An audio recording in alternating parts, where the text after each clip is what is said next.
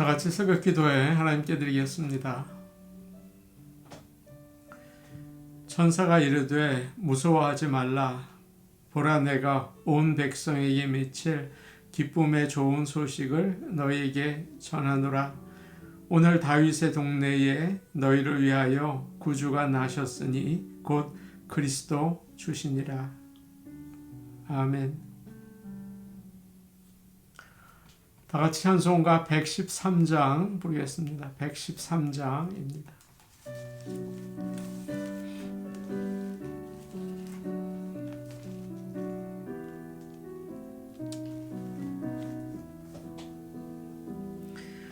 저기 잠이 들었네 마리아 무릎에서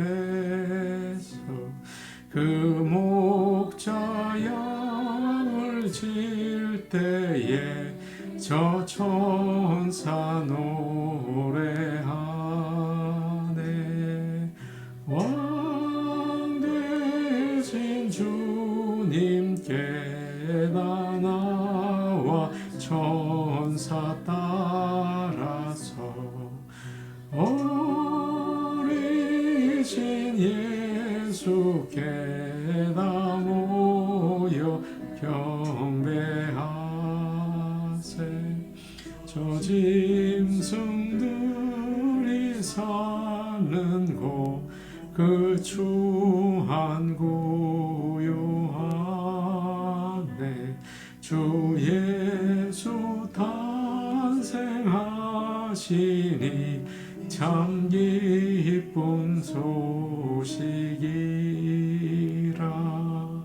왕 되신 주님께 다 나와 천사 따라서 어리신 예수께 다 모여 경배하세.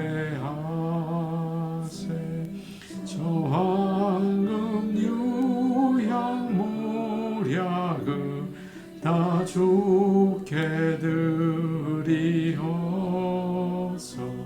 만왕의 왕된 구주 늘 함께 경배하세. 왕 되신 주님께 나 나와 천사 따라서 어리신 예수께 나 모여 경배하세. 찬송가 117장입니다.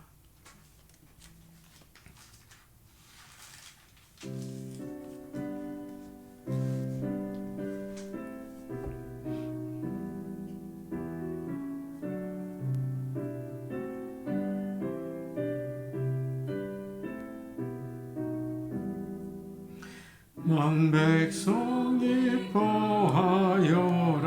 하늘의 평화가 저 마귀 관세 이기고 우리를 구했네. 구세주 탄생하심을 다 함께 기리세. 오 기쁘다 반가운 소식 주셨네. 땅 위에 평화 내려주시네. 양치는 목자들에게 한 천사 나타나. 그 전한 기쁜 소식은 이 세상 구원할 하나님 독생 손자가 탄생하심이라. 오 기쁘다 반가운 소식 주셨네. 땅 위에 평화 내려 주시네. 그 천사들이 전한 말 무서워 말아라. 동정녀 몸을 빌려서 주 탄생하셨네. 저 하늘의 영광 영광 땅에는 평화라.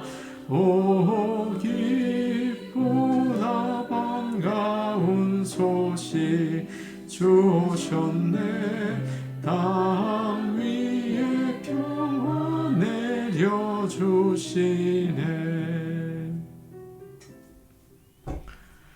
하나님 말씀 같이 보겠습니다. 누가복음 10장 23절에서 29절 말씀입니다. 누가복음 10장 23절에서 29절 말씀입니다. 신약성경 110페이지에 있습니다. 누가복음 10장 23절에서 29절 말씀 함께 읽겠습니다. 제자들을 돌아보시며 조용히 이르시되 너희가 보는 것을 보는 눈은 복이 있도다. 내가 너희에게 말하노니 많은 선지자와 임금이 너희가 보는 바를 보고자 하였으되 보지 못하였으며 너희가 듣는 바를 듣고자 하였으되 듣지 못하였느니라. 어떤 율법 교사가 일어나 예수를 시험하여 이르되 선생님 내가 무엇을 하여야 영생을 얻으리이까? 예수께서 이르시되 율법에 무엇이라 기록되었으며 네가 어떻게 읽느냐? 대답하여 이르되 내 마음을 다하며 목숨을 다하며 힘을 다하며 뜻을 다하여 주 너의 하나님을 사랑하고 또한 내 이웃을 내 자신같이 사랑하라 하였나이다. 예수께서 이르시되 내 대답이 옳도다. 이를 행하라. 그러면 살리라 하시니 그 사람이 자기를 옳게 보이려고 예수께 여짜오되 그러면 내 이웃이 누구니까? 아멘. 오늘은 2024년도 마지막 수요 예배가 있는 날입니다.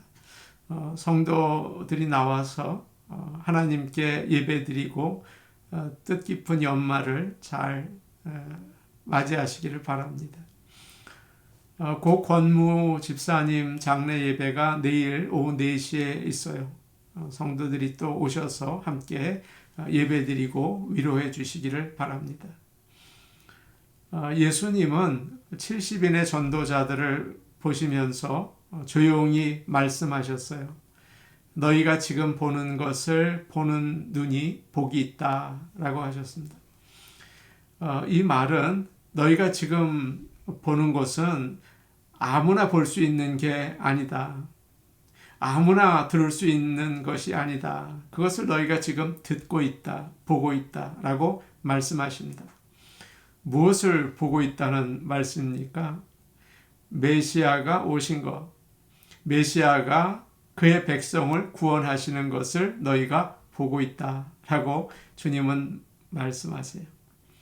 예전에 모세나 이사야와 같이 훌륭한 선지자들, 그리고 다윗과 히스기야 왕같이 믿음이 좋은 왕들은 메시아가 오실 거라는 사실은 알았지만 실제로 보지 못했어요.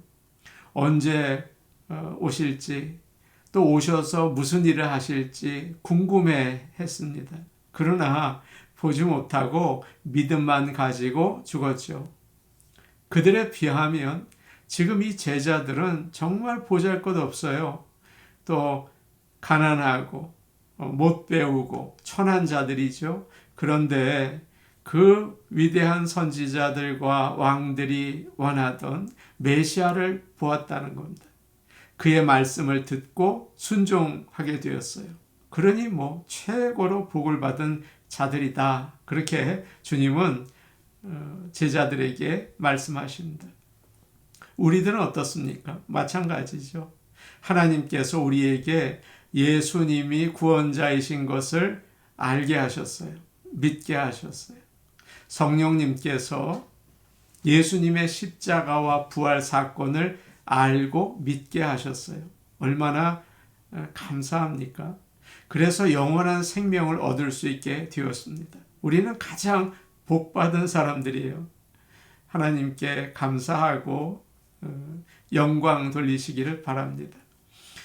이제 장면이 바뀌어서 25절부터 다른 이야기가 나와요. 25절 말씀을 우리 같이 한번 보겠습니다. 함께 보십니다. 시작.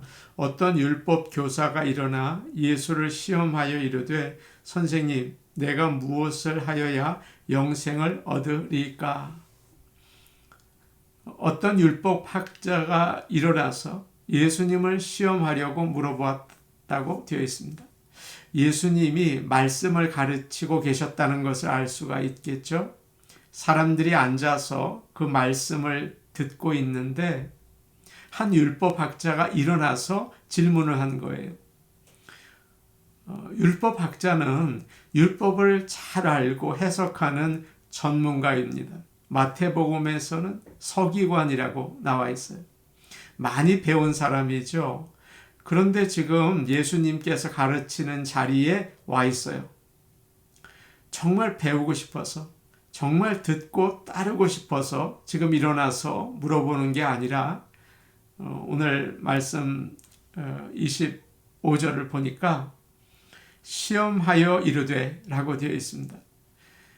나사렛 산골에서 학교도 제대로 다니지 못한 무식한 사람이 뭘 안다고 사람들을 몰고 다니면서 설교를 하고 잘난 체를 하나? 내가 질문하는 거 한번 대답해 봐라. 그런 마음으로 물어봤다는 거예요.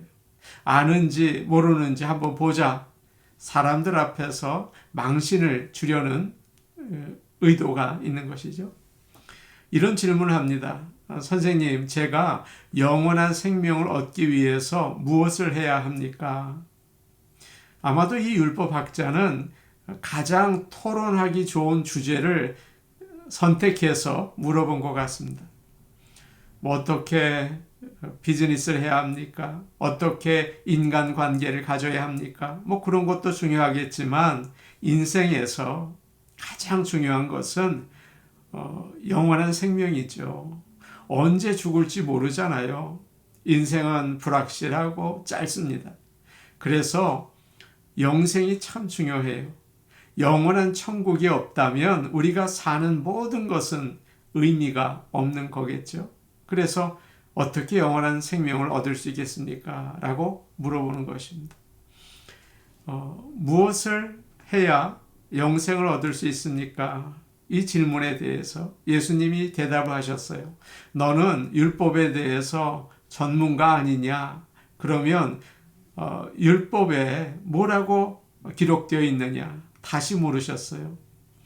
율법학자는 자기가 질문한 것에 자기가 대답을 하는 어처구니 없는 일을 당하게 된 거죠. 이렇게 대답을 합니다. 내 마음을 다하고 목숨을 다하고 힘을 다하고 뜻을 다하여 주 너의 하나님을 사랑하고 내 이웃을 내 자신같이 사랑하라고 율법에 나와 있습니다. 유대인들은 어릴 때부터 배워야 하는 말씀이 있었어요. 신명기 6장에 있는 쉐마라는 말씀을 배우고 매일 암송을 했는데 바로 그 말씀입니다. 그리고 거기에 레위기 19장에 있는 말씀을 좀 합해가지고 대답을 한 겁니다. 사실 이 말씀은 십계명의 요약이라고 할 수도 있겠죠. 십계명 앞에 있는 말씀은 하나님을 사랑하는 방법이고 뒤에 있는 십계명은 이웃을 사랑하는 것이잖아요. 그것을 이야기했어요. 그러자 예수님께서 대답을 하십니다. 28절 말씀인데 오늘 우리가 꼭 들어야겠어요. 28절 말씀입니다. 함께 보십니다. 시작. 예수께서 이르시되 내 대답이 옳도다. 이를 행하라. 그러면 살리라 하시니. 네 말이 맞다. 그렇게 잘 알면서 왜 나에게 물어보았냐? 잘했다.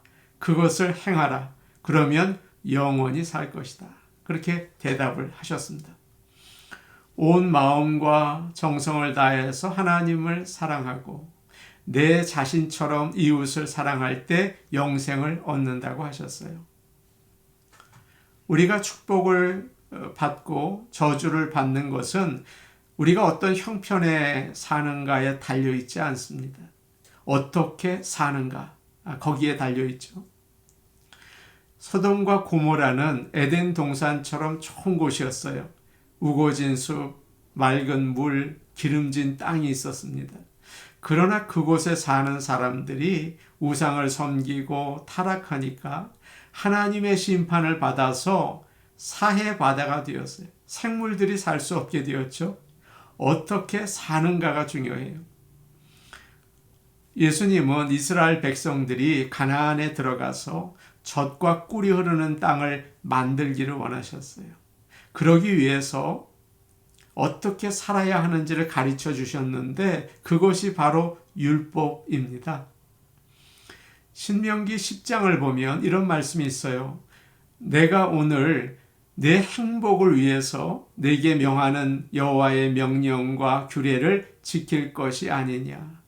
신명기 4장에 이런 말씀도 있어요. 오늘 내가 네게 명령하는 여호와의 규례와 명령을 지키라. 너와 내 후손이 복을 받아 내 하나님 여호와께서 내게 주시는 땅에서 한없이 오래 살리라. 정말 대단한 말씀 아닙니까? 하나님은 그의 백성이 행복하게 살기 위해서 율법을 주셨어요. 그대로 행하면 하나님의 사랑과 축복을 받고 살 수 있다는 거죠. 어떤 사람들은 예수님이 오셔서 십자가에서 우리를 구원해 주셨으니까 믿기만 하면 된다. 율법은 이제 더 이상 필요 없다. 그렇게 오해하시는 분이 계세요. 절대 그렇지 않죠. 주님이 말씀하셨습니다. 내가 율법을 없애러 온 것이 아니라 완전하게 하려고, 다 지키게 하려고 왔다.